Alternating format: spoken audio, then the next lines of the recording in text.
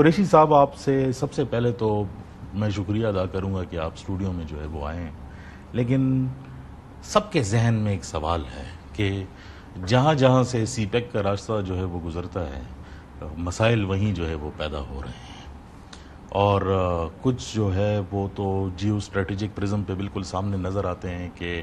کون بنا رہا ہے، کس طرح ہے، پراکسی وارز کس طرح جو ہے وہ پھیل رہی ہیں، لیکن کچھ جگہوں پہ مذہب کا نام لے کر جو ہے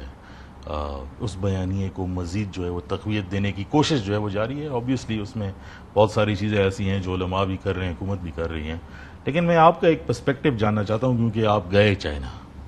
اور خصوصی طور پر جو ایک کنٹروورشل سبجیکٹ ہے گلوبلی جو ارومچی کے حوالے سے سامنے آتا ہے، تو میں آپ کا ایکسپیرینس بھی جو ہے وہ سننا چاہتا ہوں کہ آپ نے کیا دیکھا۔ سب سے پہلے اس کے بارے میں بتائیں، پھر آگے جا کر جو ہے اس پہ اور بات تفصیلی کرتے ہیں۔ بسم اللہ الرحمن الرحیم۔ سب سے پہلے تو میں آپ کا شکریہ ادا کرتا ہوں کہ آپ نے مجھے اس اہم موضوع کے اوپر دعوت دی۔ میں سمجھتا ہوں دین کے ایک ادنا طالب علم کے علاوہ ایک پاکستانی کے بھی میرے کچھ جذبات ہیں، اور خاص کر پاکستان چین کے لیے جو ہیں بہت زیادہ ہیں۔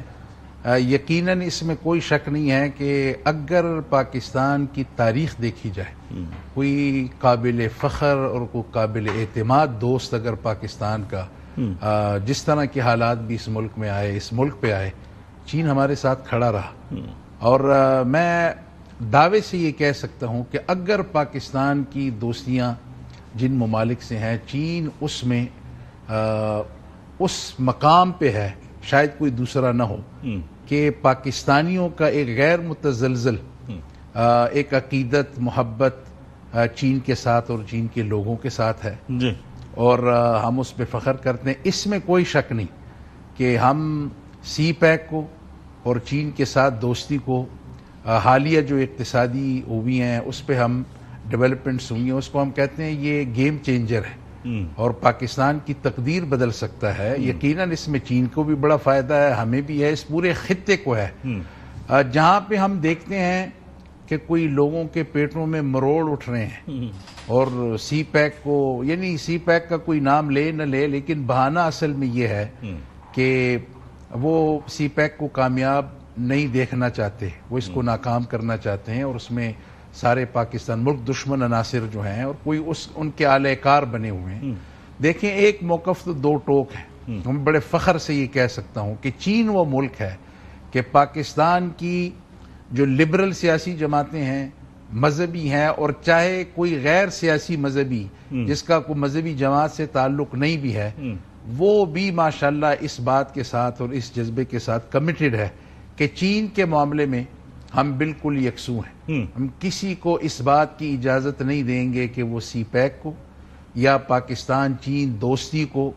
ہٹ کرے، نقصان پہنچائے، یا اس کے اوپر کوئی حرف ہے۔ یہ تو آئی ایگری ود، کیونکہ ہمارا ایک نیشنل موقف بھی ہے اور سینٹیمنٹس بھی ہیں ہمارے چین کے حوالے سے، لیکن جو سوالات بار بار جو ہے وہ اٹھتے ہیں، اور خصوصی طور پر ہم نے رپورٹس دیکھی کچھ رائٹس موومنٹ کی طرف سے، کچھ ہیومن رائٹس موومنٹس کی طرف سے۔ آپ گئے ارومچی، آپ نے کیا دیکھا، یہ بتائیں۔ دیکھیں، اس میں کوئی شک نہیں ہے، میں ارومچی گیا، جو بلکہ میں ان چند لوگوں میں سے ہوں جو بہت پہلے جا چکے تھے، بالکل شروع کے دور میں، تو وہاں پہ اس کے اوپر پاکستان کی میڈیا نے بھی اس کو رپورٹ کیا، اور وہاں ہم خود گئے، مسجدوں میں گئے، ہم خود بھی تاریخی مسجد مہابت خان 300-400 سال پرانی مسجد ہے، اسی طرح میں ارومچی میں، کاشغر میں گیا، ان علماء سے ہم ملے، ایک ایسا مدرسہ ہم نے دیکھا کہ جس میں 1000